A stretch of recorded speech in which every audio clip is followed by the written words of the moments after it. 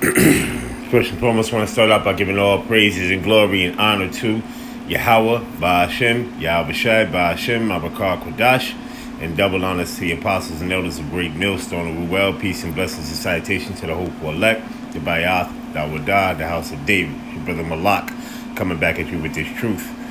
All right, let's go here real quick. Shalom, 1 second.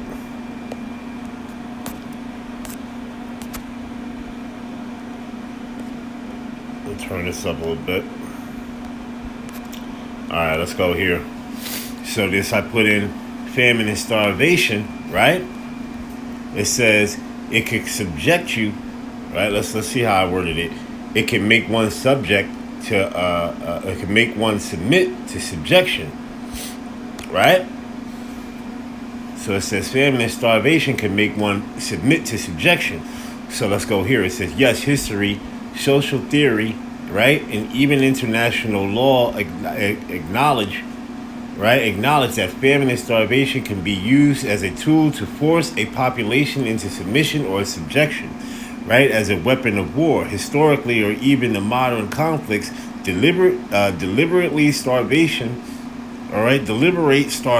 of an enemy population has been used as a military tactic to force surrender. The logic is the extreme hunger breaks the will and the capacity for resistance, right? It says leading to a speedier subjection of the enemy. All right, and in social and political theory and historical social theories, hunger was sometimes viewed as a useful motivational condition to teach decency and civility, and obedience and subjection to the most brutish and the most abstinent, right, and the most perverse, right. The perspective essentially weaponized food insecurely to maintain social heredities and control the poor, right. What hierarchies, Salakia, hierarchies, and control the poor. It says in individual behavior, on an individual level, the extreme duress of starvation can lead people to desperate and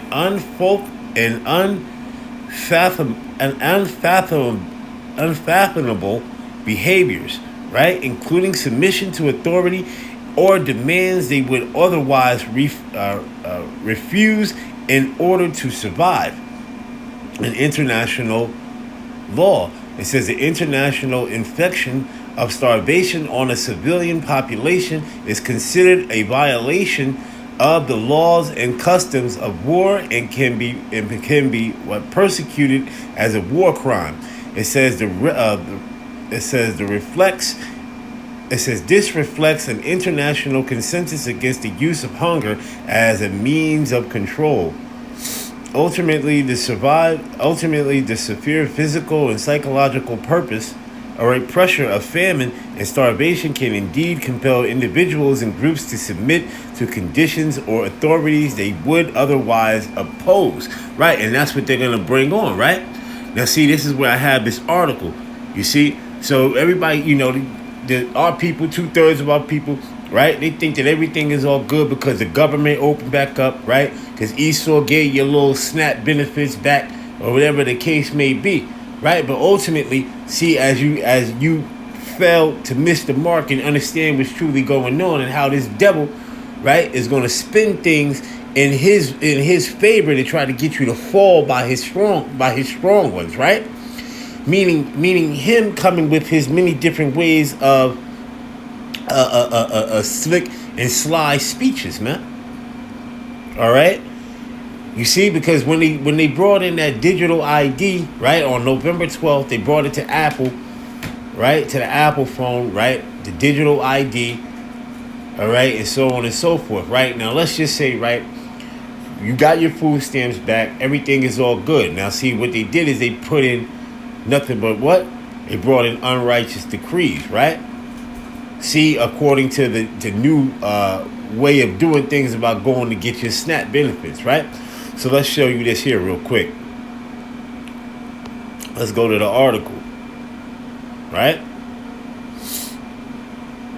me do this here. Saved.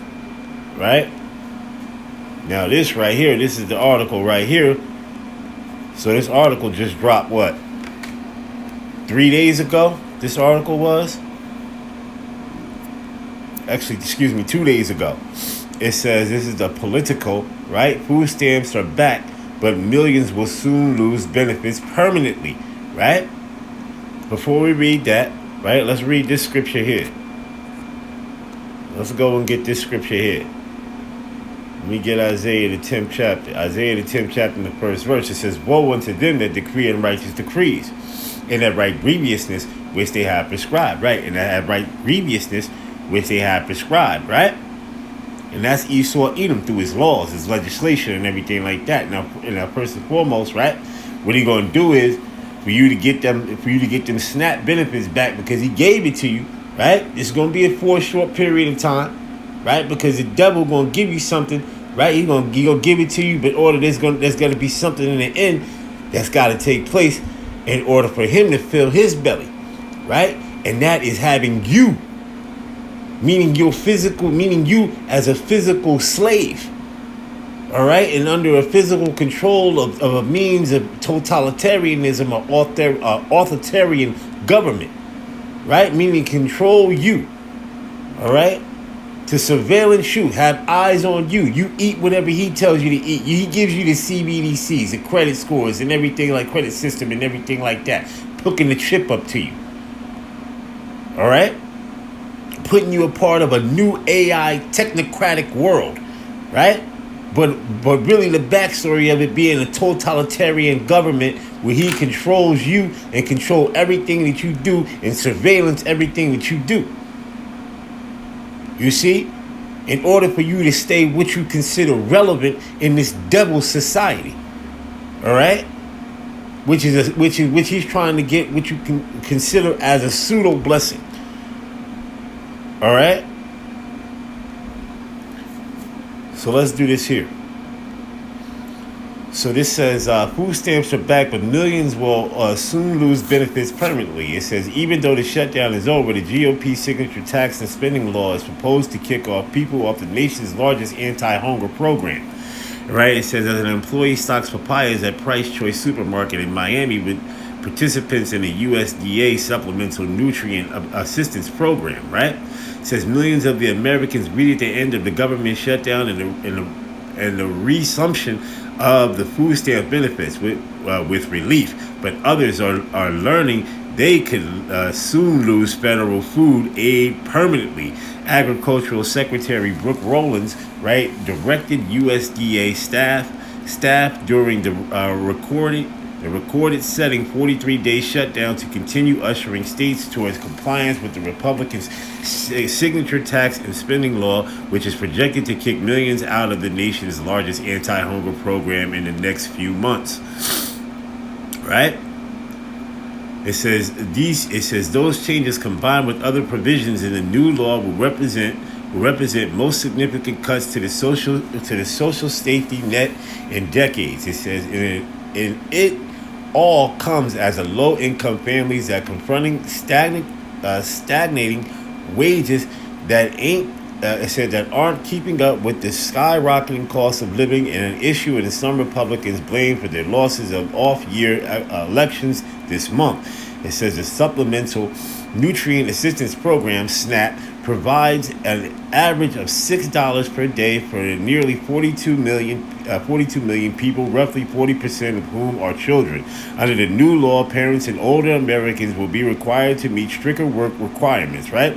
Just read to you Isaiah the 10th chapter in the first verse, right? Those are laws that they just passed, right? To make it strict and hard, right? To meet stricter work requirements, the states eventually will have to share in the cost of the SNAP benefits, which could force further program cuts, according to the nonpartisan Constitutional Budget Office. It says tens and thousands of legal immigrants will also lose access to the program under the law. It says the loss of SNAP, right, was really stark during the shutdown, said Dottie Rosenbaum. It says director of the federal SNAP policy at the left-leaning Center on Budget and Policy Priorities. It says, but the One Big Beautiful Bill Act is the largest cut in the program's history.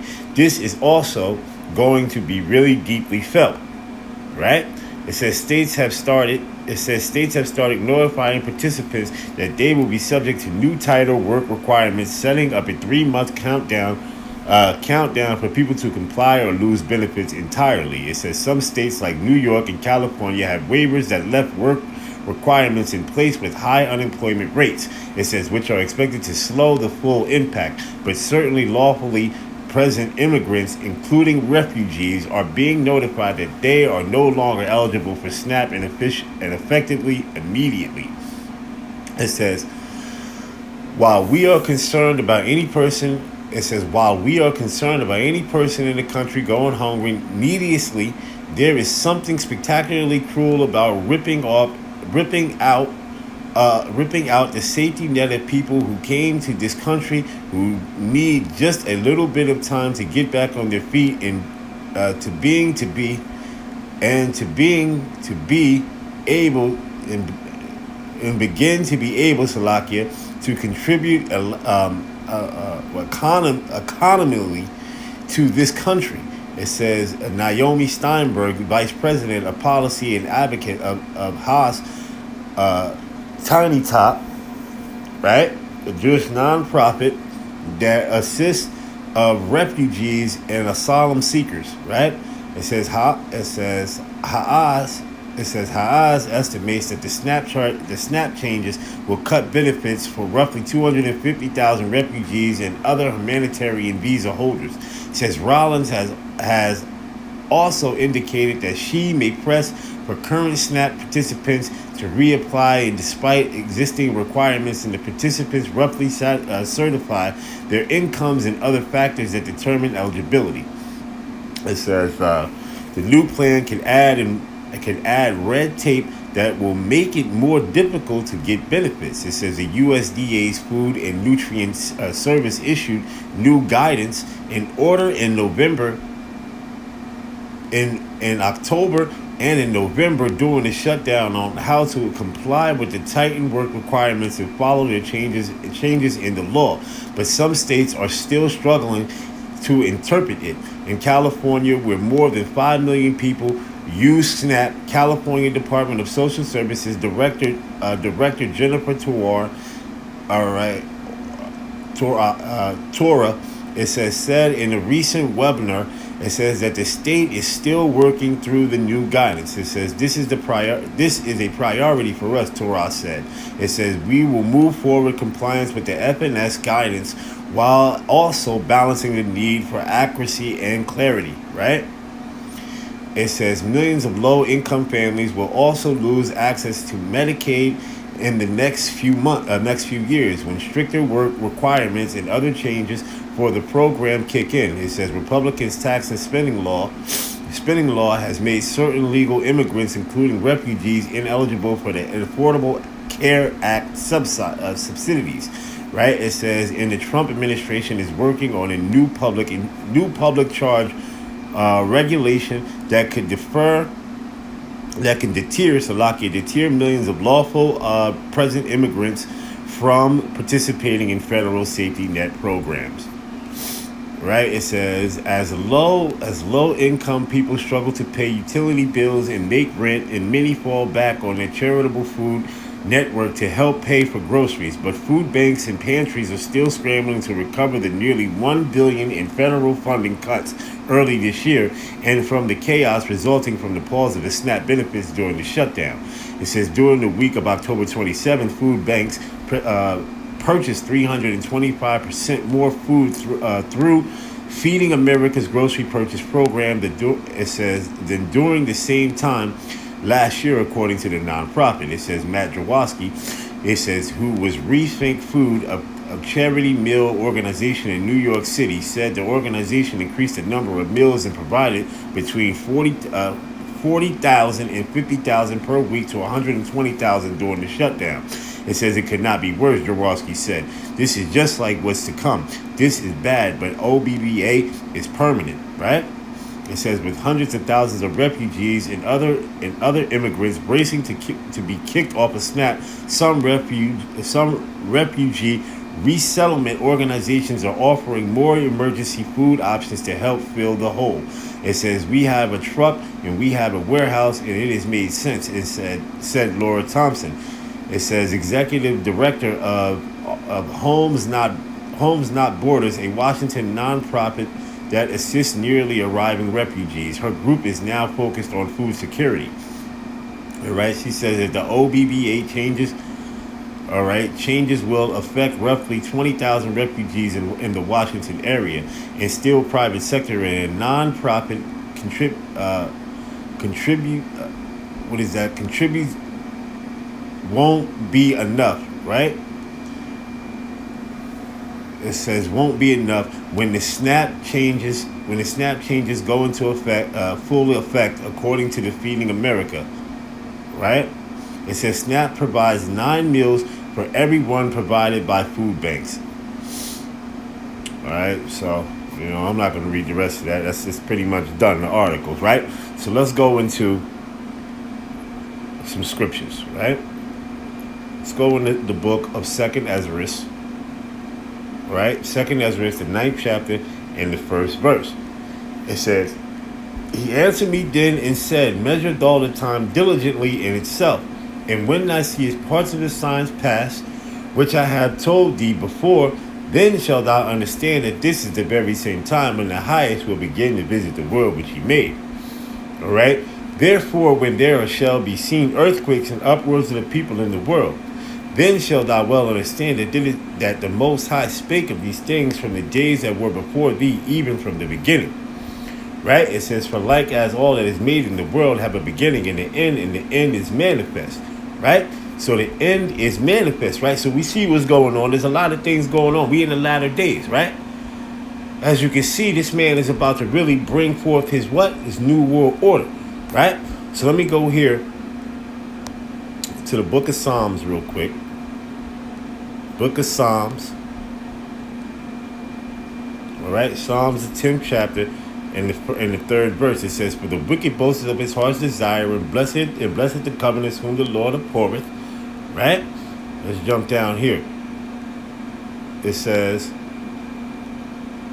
his mouth is full of cursing and deceit and fraud, and under his tongue is mischief and vanity. Right? His mouth is full of cursing, deceit, and fraud. Right? And the deceit is going to bring you in.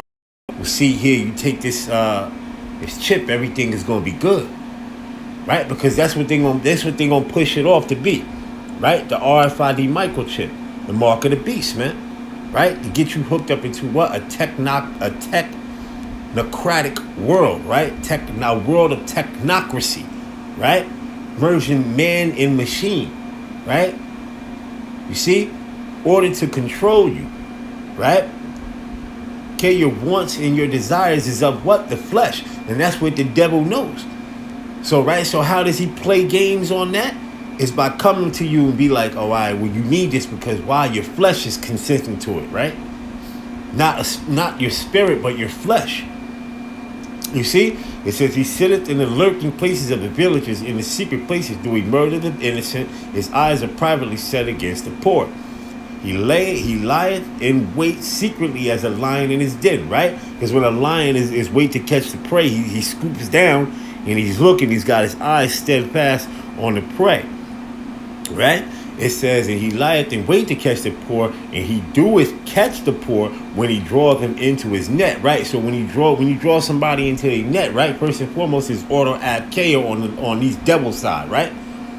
Okay, the high up, the Rothschilds, the Oppenheimers, the DuPonts, the Gettys, right? Rockefellers, right? The Bilderbergs, the Wahlbergs, right? The high up families, the elite, the super elite families, right? Order ad chaos, right? Order out of chaos, right? You see? So it says this right here. Where we at? He croucheth and humble himself that the poor may fall by his strong ones, right? See, that the poor may fall by his strong ones, right? So now, let's go back into that 2nd Ezra, right? So back